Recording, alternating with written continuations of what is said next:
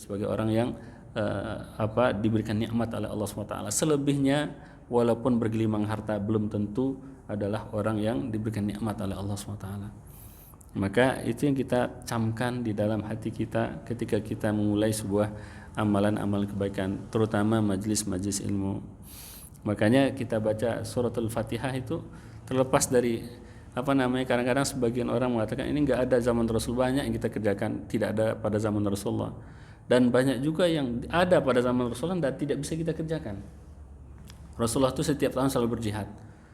Dalam setahun Rasulullah itu di rumah paling hanya 3 bulan 6 bulan saja, selebihnya di jihad. Sekarang kita jihad kemana? Jihad dengan HP, WhatsApp gitu. Jihad YouTube. Enggak jihad kita. Maka banyak hal yang kita lakukan dan itu sebenarnya dahulu pada zaman Rasulullah enggak ada. Sebagaimana juga banyak yang ada pada zaman Rasulullah tapi tidak sanggup dan tidak bisa kita melakukannya. Jadi beda zaman kita dengan zaman Rasulullah SAW. Namun tetap dan tentu saja tuntunan kita adalah Rasulullah SAW dan juga orang-orang yang ada bersama Rasulullah SAW. Bapak Ibu rahmat Allah SWT, sekarang kita masuk kepada hikmah yang ke-15 ya. Ya Pak Nur? Pak Nur enggak ada yang ini enggak? Kemarin ada yang catat. Hikmah yang ke-15 sekarang ya. Biasanya kemarin Pak Hari yang catat. Yang ke-15 di situ Al-Imam Ibnu Athaillah Iskandari mengatakan Bismillahirrahmanirrahim, qala al-musannifu rahimahullahu taala wa nafa'ana bi ilmihi fid dharain amin. Mimma yadulluka ala wujudi qahrihi subhanahu an hajabaka anhu bima laysa bimawjudin ma'ahu. Simpel Pak ya. Simpel kalimatnya. Artinya Pak Adi yang paham. Bisa Pak? Bisa dibantu?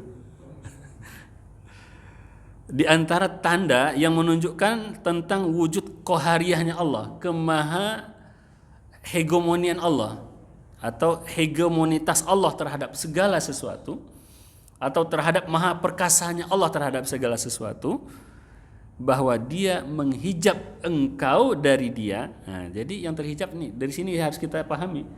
Yang terhijab bukan Allah, kita yang terhijab dari Allah. Maka dari awal digarisbawahi bahwa dia menghijab engkau dari dia dengan sesuatu yang tidak ada bersamanya. Gitu. Dengan sesuatu yang tidak ada bersamanya. Kita tulis lah ya.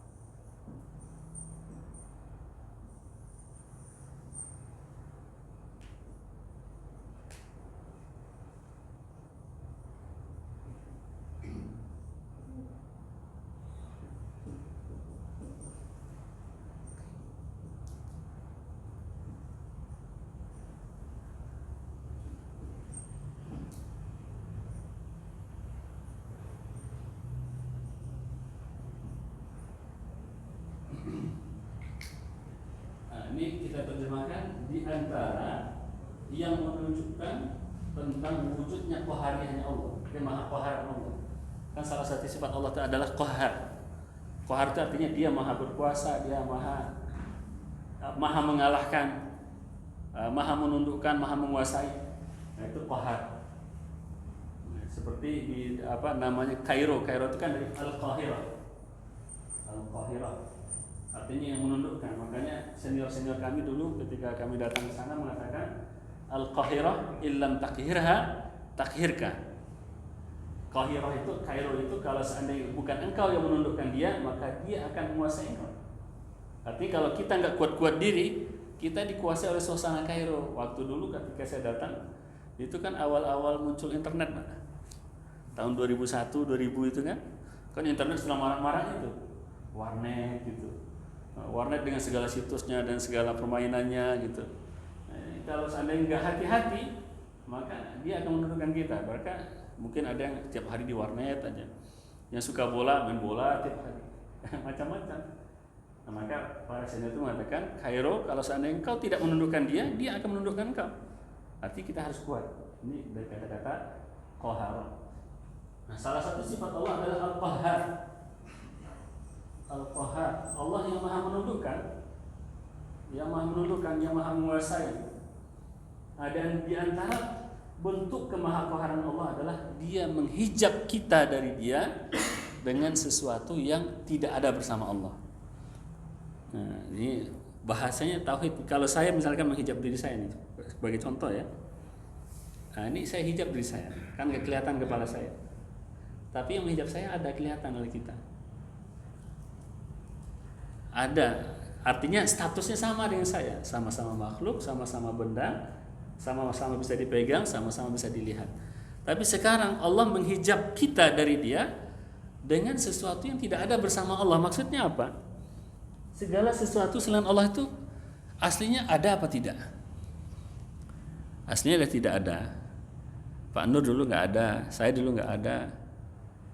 Nah, semua kita nggak ada dahulu. Musola dahulu nggak ada, baru ada tahun 5 tahun yang lalu, Pak ya. Nah, jadi semua yang ada ini baru datang belakangan. Kemudian Allah adakan, maka jadilah Dia ada. Artinya segala sesuatu ini aslinya adalah tidak ada. Dan karena Dia aslinya tidak ada, nggak mungkin dong disandingkan dengan Allah SWT yang maha ada. Jadi Allah tuh maha ada. Sebelum segala sesuatu ada, Allah sudah ada. Jadi kita ini ada pun, ketika kita ada sekarang, ada pun cuman bayang-bayang. Ada kita tuh bukan wajib ada kita. Artinya apa? Kalau seandainya Allah ingin hilangkan sekejap mata, langsung dihilangkan oleh Allah, bisa kita. Artinya ada kita ini sifatnya adalah sesuatu yang jaiz saja, mungkin saja. Bisa ada, bisa tidak. Nah, kalau sesuatu yang sifatnya bisa ada, bisa tidak, sesuatu yang sifatnya dahulunya nggak ada, kemudian diadakan, kemudian nggak ada lagi, berarti kan sebenarnya dia nggak ada sebenarnya. Ibaratnya tulisan ini sekarang ada, habis itu kita hapus jadi nggak ada. Berarti asli tulisannya kan nggak ada, aslinya, asli sifatnya. Sekarang Allah menghijab kita dari Dia dengan sesuatu yang tidak ada bersama Allah SWT. Itu menunjukkan apa? Itu menunjukkan bahwa Allah itu maha qahar. Allah itu maha berkuasa atas segala sesuatu, dan Allah itu maha menundukkan. Bahkan Dia tundukkan sesuatu itu dengan sesuatu yang tidak terlihat oleh kita, bahkan dengan sesuatu yang aslinya nggak ada.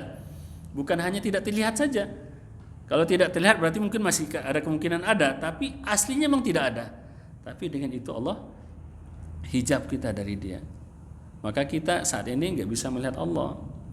Dan kalau Allah tidak izinkan kita untuk melihatnya, selamanya kita tidak akan bisa melihat Allah. Tapi Bapak Ibu yang dirahmati Allah SWT, meskipun begitu, apakah kita bisa menyaksikan Allah? Kan tadi kita katanya dihijab, kita yang dihijab. Jadi pertama yang harus kita tanamkan adalah kita yang terhijab, bukan Allah yang terhijab. Dan katakan Allah terhijab. Nah, nanti dijawab nanti pada hikmah berikutnya. Yang terhijab itu adalah kita. Kenapa kita bisa terhijab? Syahwat kita, karena dunia, pandang kita dunia, pandang kita hawa nafsu, sehingga kita nggak melihat Allah SWT.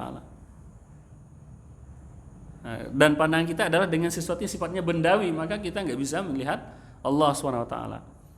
Jadi pelajaran pertama kita ambil dari hikmahnya adalah kita yang terhijab dari Allah SWT. Karena sesungguhnya Allah itu maha ada. Sekarang Allah ada nggak bersama kita? Allah ada bersama kita.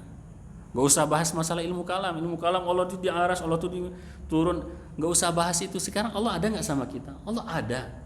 Wa huwa ma'akum aina ma kuntum. Allah bersama kalian dimanapun kalian berada. Allah yang mengatakan. Sebagian mengatakan dengan zatnya Allah bersama kita, sebagian mengatakan dengan muraqabahnya, sebagian mengatakan dengan ilmunya.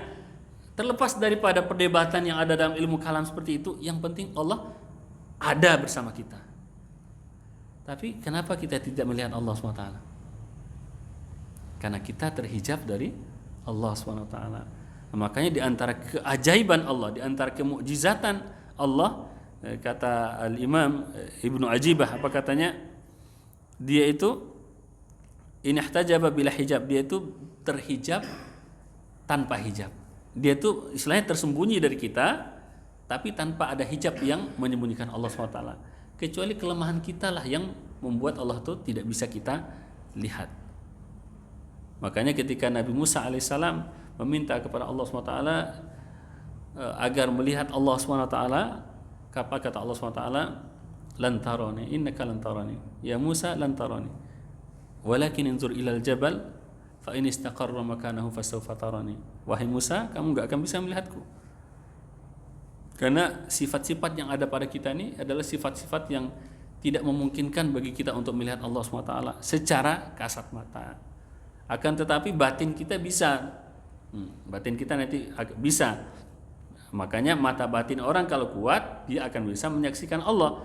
Tapi bukan melihat menyaksikan dengan arti matanya melihat, bukan seperti menyaksikannya mata, tapi dia menyaksikan di sini ada Allah Subhanahu wa taala. Makanya orang-orang yang beriman itu apa kata Allah Subhanahu wa taala? Innamal mu'minuna alladzina idza dzukirallahu wajilat qulubuhum. Orang-orang beriman itu silakan Ustaz. Orang-orang beriman itu apabila disebut nama Allah bergetar hatinya. Kenapa dia bisa bergetar hatinya?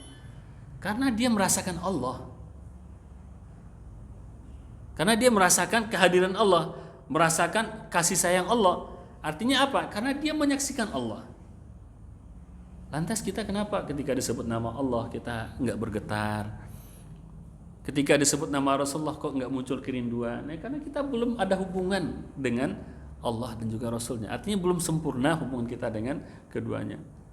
Nah, maka di sini Al-Imam menjelaskan kita itu terhijab dari Allah, dan keajaiban Allah itu kata Imam Ibnu Athaillah Sekandari, kata Imam Ibnu Ajibah, Muhammad Ibnu Ajibah, dia itu terhijab dari kita tapi tanpa hijab. Wa qaruba bilaktirab, dia dekat tapi tanpa harus mendekat. Kalau ada dua benda, dikatakan dekat ketika didekatkan.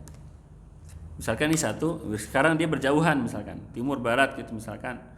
Kita dekatkan. Itu namanya mendekat. Tapi Allah dekat kepada kita tapi tanpa harus mendekat, tanpa harus datang kepada kita. Artinya dia itu sebenarnya seperti disebutkan di dalam Al-Qur'an, wa nahnu aqrabu ilaihi min hablil warid, dan kami lebih dekat kepada mereka daripada urat nadi mereka sendiri. Artinya dalam segala kondisi Allah itu sudah dekat sama kita. Tapi Allah juga bisa jauh dari kita.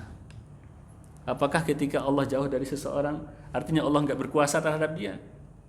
Jadi Allah enggak bisa, ini saya lagi jauh habis itu kamu aja yang ini ngurusin mereka. Kan enggak juga. Makanya masih dari Allah juga. Dia mati juga Allah yang mematikan. Jadi Allah dekat tapi tanpa harus mendekat. Allah dikatakan jauh daripada seseorang. Allah jauh dari orang yang bermaksiat. Allah jauh daripada seorang yang kafir. Allah jauh daripada seorang yang yang melakukan kejahatan. Allah jauh bukan berarti Allah ketika itu misalkan Allah awalnya dekat kemudian menjauh, bukan. Nah, jadi bahasan ilmu kalam kalau dipaksa-paksakan kadang-kadang enggak nyambung-nyambung, apalagi dibawakan ke dalam ilmu tasawuf. Karena ilmu kalam dengan ilmu tasawuf itu adalah dua ilmu yang berbeda. Kalau ilmu tasawuf ini berkaitan dengan ilmu rohani, ilmu hati gitu, atau ilmu tazkiyatun nafsi. Nah, jadi di sini Al-Imam ingin menunjukkan kemaha tauhidan Allah SWT, bahwa dia maha perkasa dan dia maha menghegemoni dan dia maha menundukkan. Bahkan di antara bentuk bagaimana Allah menundukkan, dia terhijab atau kita terhijab dari dia dengan sesuatu yang enggak ada bersama Allah Subhanahu wa ta'ala. Ajib. Itulah Allah Subhanahu wa ta'ala. Nah, ini kita ambil di sini nih, Allah tidak terhijab tapi kita yang terhijab. Kemudian kita masuk pada hikmah berikutnya. Ini panjang hikmahnya.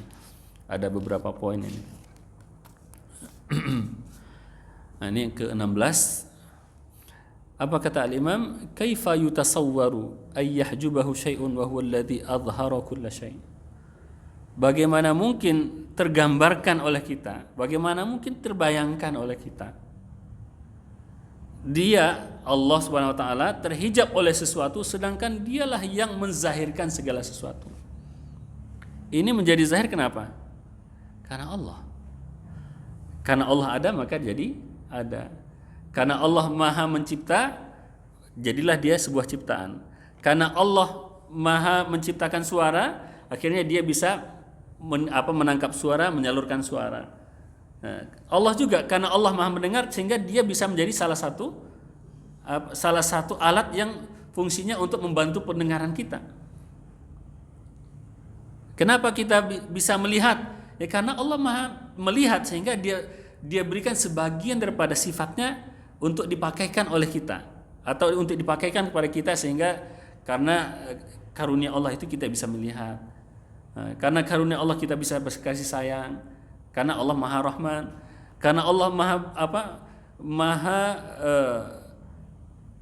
karena Allah itu misalkan Maha Penyabar, maka Allah tahan-tahan kita walaupun kita sudah bermaksiat tapi Allah tidak mengazab kita. Itu menunjukkan bahwa Allah zahir pada diri kita.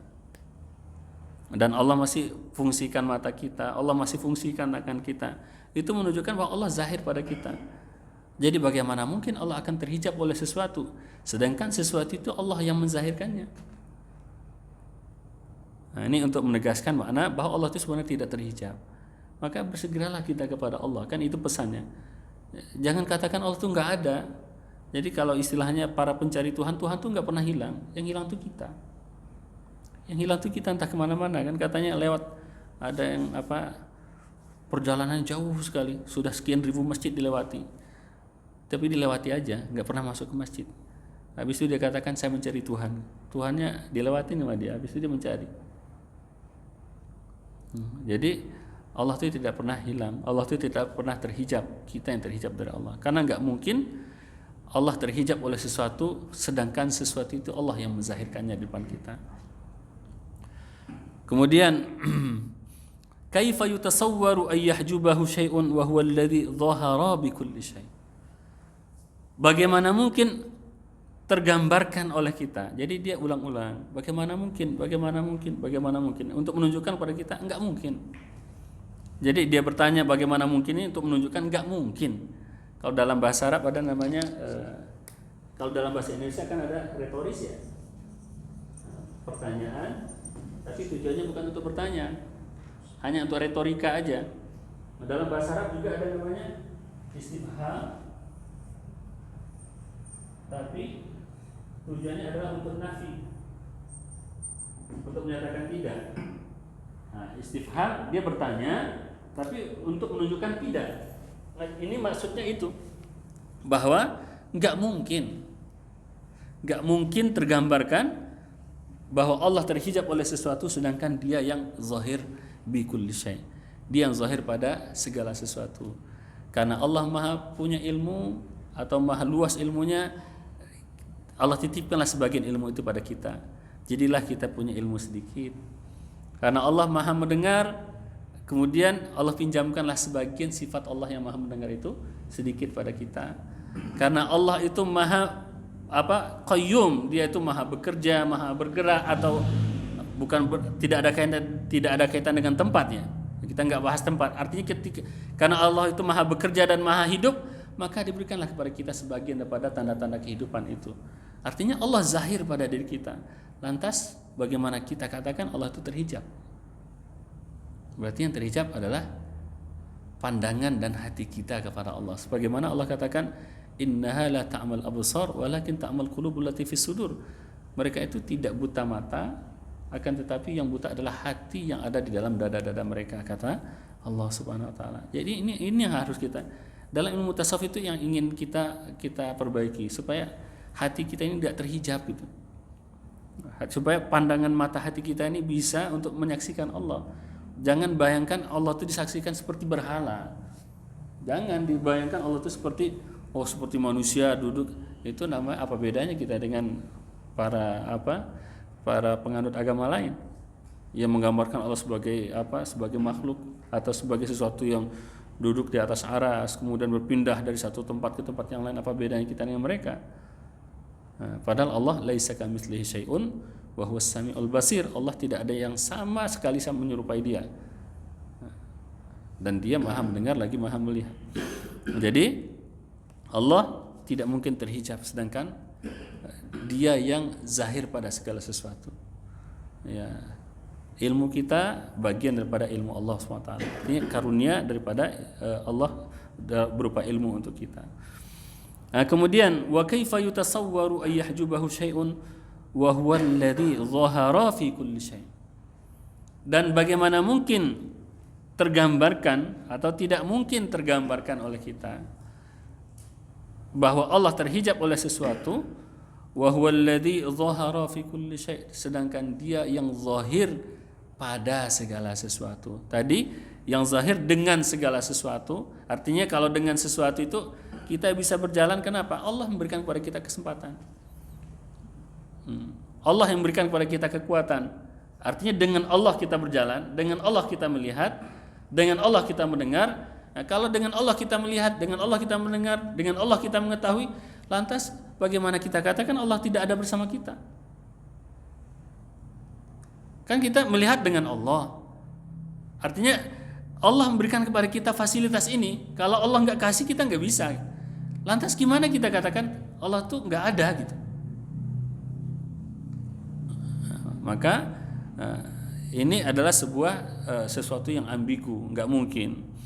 Dan bagaimana mungkin juga Allah terhijab, sedangkan dia yang zahir pada segala sesuatu. Kenapa tumbuhan itu bisa tumbuh? Ya karena Allah yang menumbuhkannya. Allah zahir di situ. Kenapa pada diri seorang ibu ada rasa kasih sayang, begitu juga pada diri seorang ayah kasih sayang terhadap keluarganya? Ya karena Allah zahir di situ. Ada kasih sayang Allah yang Allah titipkan di situ. Itu kan zahirnya Allah di situ sebenarnya. Dan sekali lagi kita catat, jangan gambarkan zahirnya Allah itu artinya zahir yang nampak oleh mata kita. Kita tidak berbicara tentang alam zahir mata. Nah, tapi alam zahir yang kita bicarakan adalah alam zahir, alam semesta ini. Jadi Allah itu zahir pada segala sesuatu, maka nggak mungkin Allah itu terhijab oleh sesuatu itu.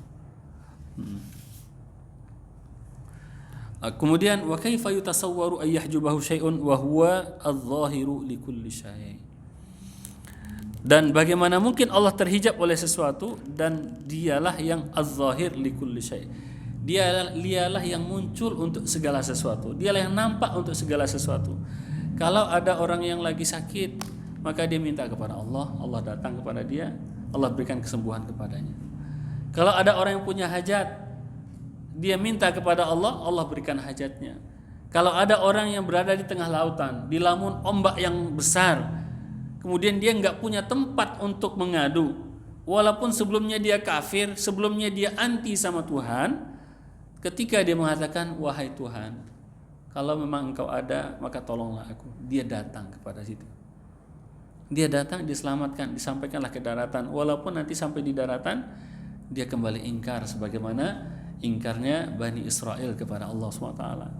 Ketika baru saja dilepaskan daripada kejaran Fir'aun, diberikan kepada mereka kemukjizatan di mana lautan itu berubah menjadi daratan yang bisa mereka lintasi dengan kuda mereka, dengan jalan kaki mereka. Ketika sampai di seberang, mereka kembali lupa kepada Allah. Tapi Allah sudah zahir kepada mereka. Allah sudah tunjukkan kepada mereka apa yang mereka butuhkan dan Allah berikan kepada mereka. Jadi bagaimana mungkin Allah terhijab? Selama ini Allah melakukan itu kepada kita. Jadi nggak mungkin Allah itu terhijab. Yang terhijab adalah kita dari Allah Subhanahu Wa Taala. Kemudian, kaifa yutasawwaru ay yahjubahu syai'un wa huwa adh-dhahiru qabla wujud kulli syai'. Bagaimana mungkin Allah terhijab oleh sesuatu, sedangkan Allah sudah maha zahir. Allah itu sudah zahir sebelum segala sesuatu itu ada. Jadi Allah itu sifat zahirnya itu bukan sekarang saja, bukan setelah manusia diciptakan saja, atau bukan setelah matahari diciptakan saja. Allah itu maha zahir sebelum segala sesuatu itu ada. Allah sudah maha zahir.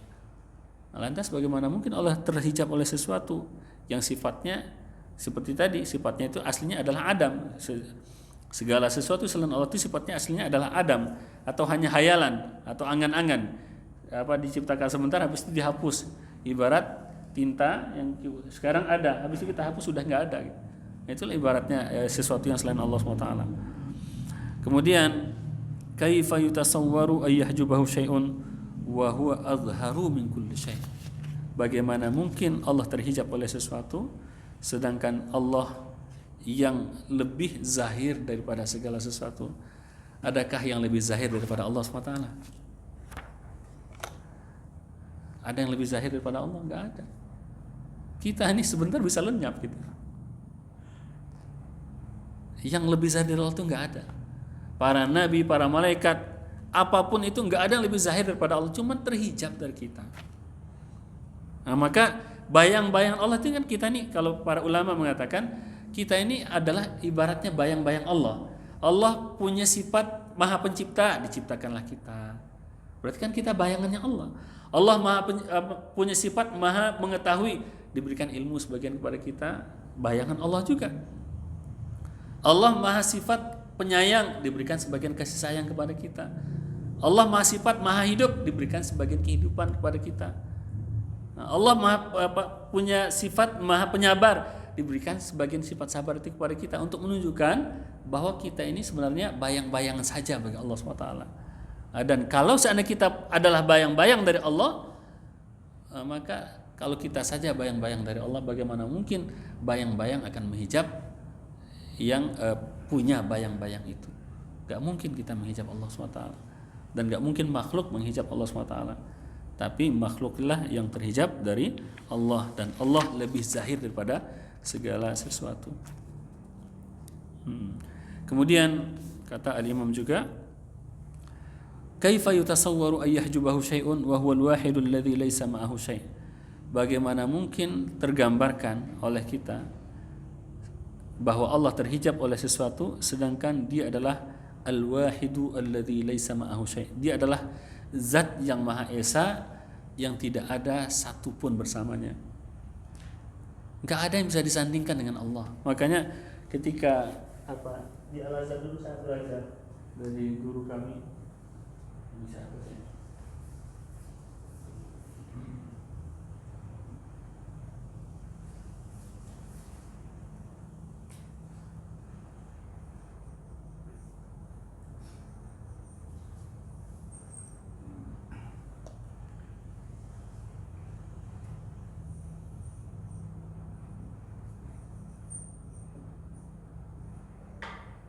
Laisa ka misli. Laisa ini artinya tidak. Ka ini artinya seperti. Ka saja itu sudah seperti. Misil artinya juga seperti. Jadi ini artinya dia. Syai'un sesuatu. Jadi di sini, ini ajibnya bahasa Al-Quran itu. Kalau kita sering terdapat Al-Quran, insyaallah banyak maknanya. Tidak ada laisa kamitslihi, tidak ada yang sepertinya. Kan dua kali sepertinya nih. Nah, dua kali seperti ini kan. Tidak ada yang seperti Allah sesuatu pun. Istilahnya begini. Kalaulah seandainya kalau seandainya diibaratkan di dalam logika kita saja, seandainya adalah sesuatu yang dimiripkan dengan Allah gitu, seandainya dikatakan ada KW-nya gitu kalau istilahnya, kalau HP kan banyak KW-nya. Kalau seandainya Allah itu ada KW-nya, ini berandai-andai ya dengan ilmu logika saja.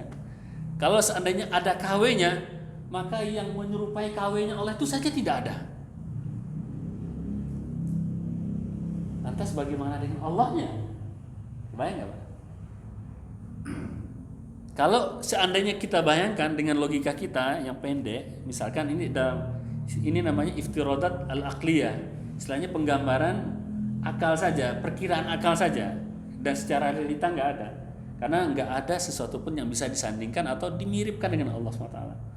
Cuma dari sisi bahasa kita lihat, Allah menggunakan dua kata tasbih. Tasbih itu permisalan. Tidak ada sesuatu pun yang seperti yang mirip dengan Allah. Dengan sesuatu yang mirip Allah saja nggak ada, bagaimana akan mirip dengan Allah? Nah, maka sebagian ulama sulit untuk memahaminya, tapi sebagian ulama lagi melihat di situ ada makna yang dalam di dalamnya. Ada makna yang tajam di dalamnya yang tidak dipahami oleh ulama yang lain. Kalau sebagian ulama mengatakan tidak ada yang sama seperti Allah, kan begitu aja sebagian ulama menerjemahkannya. Tapi sebagian ulama lagi mengatakan, ini namanya Ad-Doktor Muhammad Abdullah Darras. Dia di dalam kitabnya An-Nabaul Azim namanya. Ini salah satu rujukan saya dulu ketika nulis. Jadi beliau mengatakan, menjelaskan laisa kamitslihi syai'un itu maknanya sangat dalam. Tidak ada sesuatu yang, kalau seandainya ada sesuatu yang dimiripkan dengan Allah, maka tidak ada sesuatu yang akan menyerupai sesuatu yang dimiripkan dengan Allah itu. Nah, dengan yang KW-nya saja nggak ada yang menyerupai, apalagi dengan Allahnya. Dan nauzubillah, KW Allah itu nggak ada. Artinya sama sekali nggak ada yang bisa disamakan dengan Allah SWT. Nah, kan luar biasa itu, ajib. Kalau kita ini kan kalau kita dalami makna-makna Al-Quran itu dalam, makanya kita jangan tutup diri. Jangan tutup diri, ini belajar di Ustadz ini begini. Janganlah kita sesat-sesatkan dulu di dunia ini, nanti di akhirat akan kita tahu siapa yang sesat, siapa yang salah, siapa yang benar. Nah, sebagian kan sudah terlalu terburu-buru di dunia, sudah menyesatkan, sehingga banyak orang yang tidak mau belajar jadinya. Sayang, nauzubillah. Jadi bagaimana mungkin Allah akan terhijab oleh sesuatu, sedangkan dia itu adalah zat yang maha esa, yang tidak ada sesuatu pun bersamanya. Makanya di dalam surat Al-Ikhlas, Qul huwallahu ahad, Allahus samad, lam yalid wa lam yulad wa lam yakul lahu kufuwan ahad. Ini haji juga ya bahasanya. Kita ambil dari wa lam yakul lahu kufuwan ahad.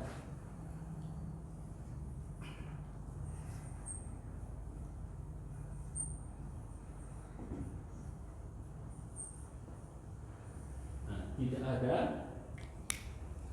Boleh minta tolong Pak Nur, artinya Pak Nur? Pak Nur biasa suka nih. Ayat yang terakhir Pak Nur, surat Al-Ikhlas.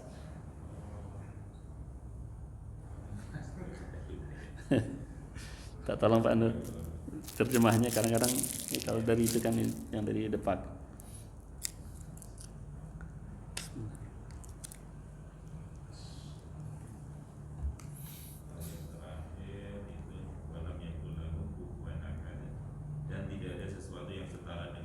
Yang setara dengan dia. Itu kan cerita tentang masalah anak beranak dan memperanakkan kan? Ya, beranak dan memperanakkan. Kalau dalam pernikahan itu ada yang namanya sekufu kan? Sekufu itu artinya setara ya, setara tadi Pak ya, setara atau sederajat atau selevel gitu. Budak ya dengan budak, orang merdeka dengan merdeka kalau pada zaman dahulu. Yang pendidikannya ini ya istilahnya masalah persekufuan itu biasanya jadi pertimbangan lah dalam pernikahan. Kalau kita di dalam menikah kita pakai sistem begitu, ada sebagian manusia yang menuduh Allah menikah dengan sesuatu yang sifatnya budaknya. Ini kan dituduh Allah menikah, Maryam itu bapaknya Maryam itu punya anak yang mana bapaknya adalah Allah. Enggak sekufu gitu. Kan qul huwallahu ahad. Ini Pak Nur pengalamannya. Qul huwallahu ahad, Allahus samad, lam yalid, Allah tidak beranak. Wa lam yulad, dan juga tidak diperanakkan. Tidak beranak artinya apa? Tidak beranak artinya dia tidak butuh keturunan untuk meneruskan kekuasaannya. Kalau Pak Irwan alhamdulillah sudah ada rezeki sama Aska. Kembali kepada Allah, ada yang menggantikan. Begitu juga kita yang lain punya anak, punya keturunan, kita butuh. Kalau enggak semangat kita usaha apa ya. Kalau sana keturunan ya mungkin kalau dapat makrifat mungkin ada semangat lah. Yang penting saya beramal ya. Tapi kalau bagi sebagian anak itu menjadi motivasi. Karena dia lemah, dia butuh penerus. Nah, kalau Allah maha hidup, Allah maha segala-galanya, dia enggak butuh kita. Nah, terus untuk apa dia beranak? Yang butuh anak itu kan yang lemah, yang butuh pengganti. Allah nggak butuh digantikan. Ini yang pertama. Kemudian walam yulad, dan juga tidak diperanakkan. Siapa yang memperanakkan Allah? Artinya siapa yang melahirkan Allah? Allah itu nggak pernah dilahirkan. Ini kan, ini mungkin selama ini kita makna qul huwallahu ahad itu mungkin masih datar ya. Tapi kalau kita pahami dari sisi pemaknaan dengan bentuk dari sisi penggunaan bahasa keluarga seperti ini, kita akan semakin ajib gitu dengan ta'ajub dengan bahasa Al-Qur'an. Jadi kalau seandainya Allah tidak beranak, kemudian Allah juga tidak diperanakkan, karena nggak ada yang bisa memperanakkan Allah. Allah itu yang darinya segala sesuatu itu lahir, tercipta. Nah sekarang siapakah yang bisa sekufu dengan Allah sehingga dikatakan dia layak untuk menjadi pendamping Allah?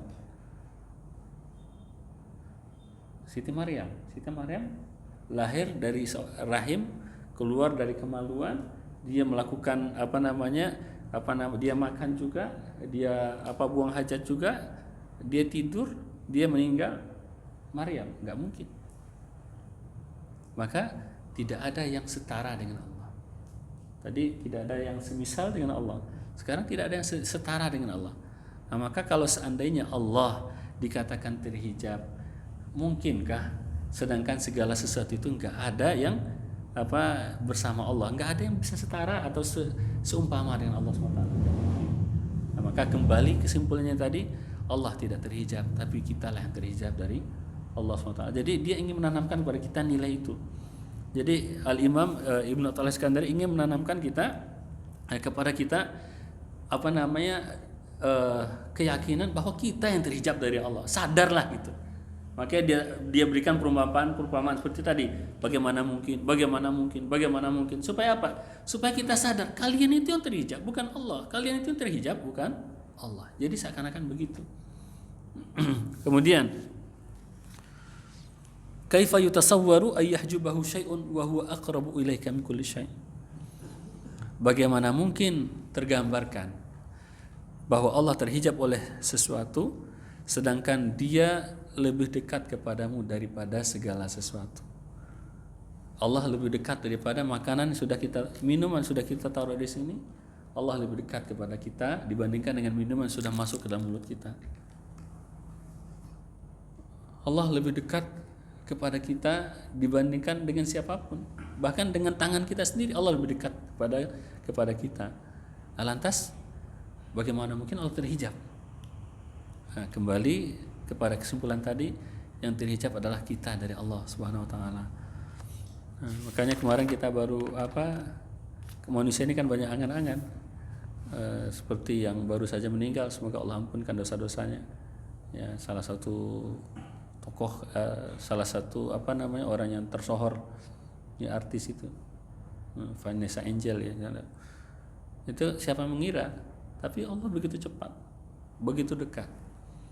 Jadi untuk menunjukkan kepada kita bahwa memang Allah itu sangat-sangat dekat kepada kita. Jadi Allah itu tidak terhijab, tapi kita yang terhijab dari Allah SWT.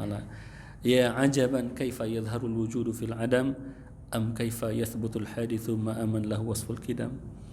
Aduhai, alangkah ajaibnya, aneh kata Al-Imam Ibnu Athaillah Iskandari. Aneh katanya. Bagaimana kalian bisa berpikir begitu? Bagaimana kita bisa mengatakan Allah terhijab? Kenapa? Kaifa yadharu al-wujudu fil adam? Bagaimana mungkin sesuatu yang wujud itu akan zahir pada sesuatu yang adam? Allah itu sifatnya wujud, sedangkan kita itu adam. Gak mungkin bisa disandingkan. Adam itu artinya gak ada. Allah itu adalah sesuatu yang zatnya selalu wujud. Allah itu wajibul wujud, bukan hanya wujud biasa saja. Kalau kita mumkinul wujud. Jadi kalau di dalam ilmu kalam itu ada wajibul wujud, itu hanya satu saja. Wajib wujudnya itu Allah. Kemudian mumkinul wujud, wujudnya itu mungkin, adanya itu mungkin. Artinya apa? Dia bisa ada, bisa tidak ada, tergantung yang mengadakan. Yang mengadakan siapa? Allah. Ada juga mustahilul wujud.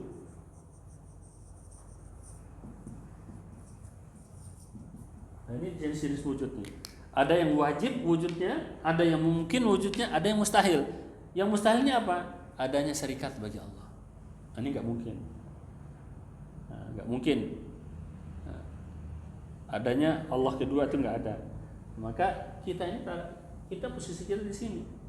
Dan selain daripada wajib wujud, sifat aslinya adalah adam. Nah, selain daripada ini sifat aslinya adalah Adam, semuanya adalah Adam, nggak ada asli. Nah, jadi bagaimana mungkin Allah yang wajibul wujud disandingkan atau dihukum dengan hukum yang Adam? Nggak mungkin. Nah, maka apa kata Imam, am kaifa yasbutul haditsu, atau bagaimana mungkin sesuatu yang sifatnya hadis, sifatnya ciptaan, dia akan bisa kokoh di hadapan zat yang sifatnya adalah qadim. Allah itu qadim, kita ini hadis, bagaimana mungkin kita disandingkan dengan Allah SWT. Nah, jadi artinya itu adalah sebuah logika yang salah ketika kita mengatakan Allah itu terhijab. Sebenarnya yang terhijab itu adalah kita daripada Allah SWT. Kalau kita katakan Allah terhijab, berarti sama dengan orang yang menyamakan antara yang qadim dengan hadis, atau yang menyamakan antara sesuatu yang wujud dengan sesuatu yang adam. Itu sama dengan orang seperti itu kalau orang mengatakan bahwa Allah itu terhijab, karena nggak mungkin Allah itu terhijab. Wallahu a'lamu bishawab. Dalam Pak ya, maknanya dalam. Alhamdulillah. Itu saja untuk malam hari ini. Silakan kalau ada yang ingin kita diskusikan. Silakan Pak Nur. Waalaikumsalam warahmatullahi wabarakatuh.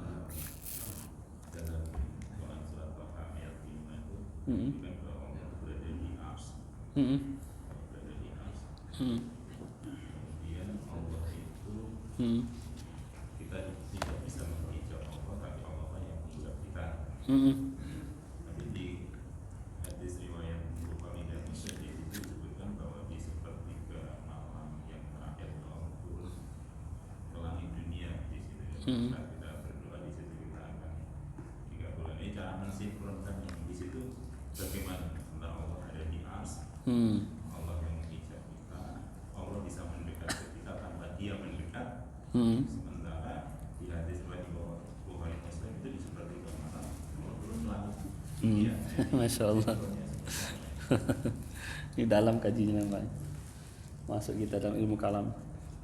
Jadi mensinkronkan antara ayat-ayat itu namanya ayat-ayat mutasyabihat. Allah alal arsy istawa, Allah itu di atas aras beristiwa, atau Allah turun ke langit dunia. Di dalam hal ini ada beberapa pendapat ulama.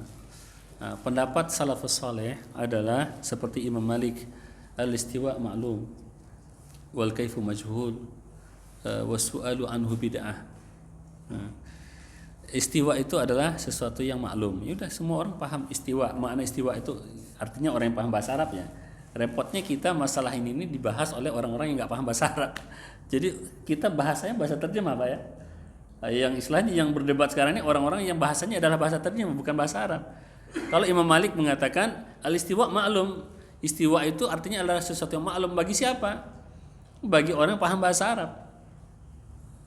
Kalau bahasa kitanya istiwa itu bersemayam, sebagian lagi mengatakan duduk, sebagian lagi mengatakan berkuasa. Nah, itu sudah masuk ke dalam ranah-ranah perbedaan. Karena sudah dalam ranah terjemahan atau tidak bagi orang yang paham bahasa Arab. Jadi sebagian ulama dan ulama salaf mengatakan istiwa itu maklum, istiwa itu adalah sesuatu yang maklum. Kemudian wal kaifu majhul, bagaimana caranya itu majhul. Enggak bisa, kalau majhul berarti enggak bisa dijawab. Misalkan ada ada ujian dikasih soal, kita nggak bisa, kita nggak tahu, kita jawab. Sekarang ada pertanyaan gitu kan, kita nggak tahu jawabannya, kita jawab. Jangan kayak kawan saya ada yang, tapi cerita juga kawan dari kawan lah gitu ya. Ketika dia ada pertanyaan dalam soal ujian, ditanya oleh dokternya begini, jawabannya apa? Maaf ya dokter, orang tua saya nunggu saya di rumah. Kasihan orang tua saya, sudah jual kerbau, jual sapi untuk ngirim saya ke sini. Berikanlah saya kelulusan. Masa kita jawab begitu? Kan nggak nyambung. Nah, jadi kalau seandainya kita nggak tahu, berarti nggak bisa jawab.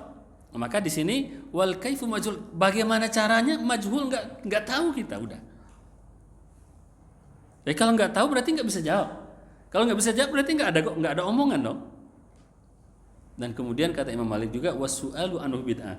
dan bertanya tentang itu adalah bid'ah. Sekarang ini kan sibuk kita bertanya tentang itu. Berarti kita semua sudah melakukan bid'ah nih. Tapi di dalam masalah ini makanya ulama-ulama kalam mereka membahas itu bukan untuk dipertanyakan. Ulama-ulama kalam bahas itu bukan untuk dipertanyakan, tapi untuk menghilangkan kira-kira yang sampai oleh akal manusia itu sampai di mana gitu. Kalau dikatakan bahwa Allah tuh ibaratnya Tuhan di langit turun ke bumi, berarti Allah tuh kecil dong. Karena dia dikuasai oleh tempat, dikuasai oleh waktu. Nah, belum lagi nanti, apalagi sekarang penemuan ilmiah mengatakan bahwa bumi itu bulat. Sekarang malam di sini, di bawahnya siang. Nah, sekarang di Amerika kan jam berapa? Jam 8:30 siang. Nah, kita malam. Nah, berarti kalau Allah turun ke sini, berarti di sana siapa dong? Nah, jadi kan pembahasannya akan begitu.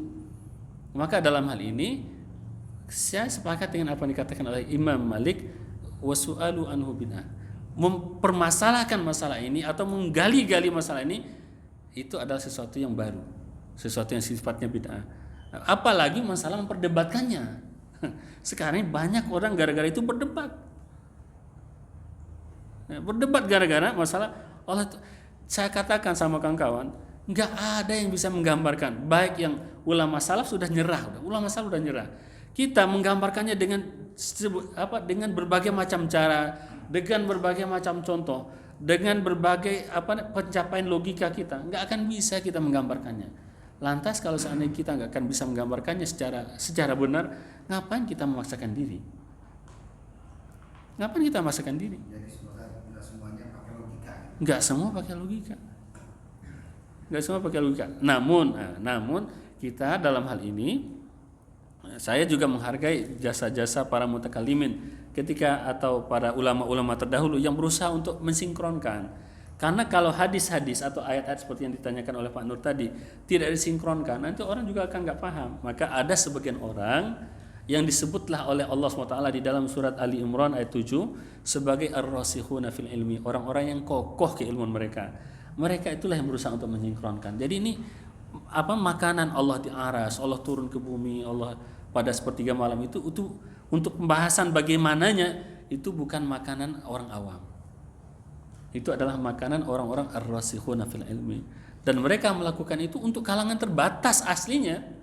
Walaupun sebagian ada juga yang menyebarkan menanamkannya kepada orang yang sebenarnya tidak paham, yang tidak perlu dikasih pemahaman tentang masalah itu gitu.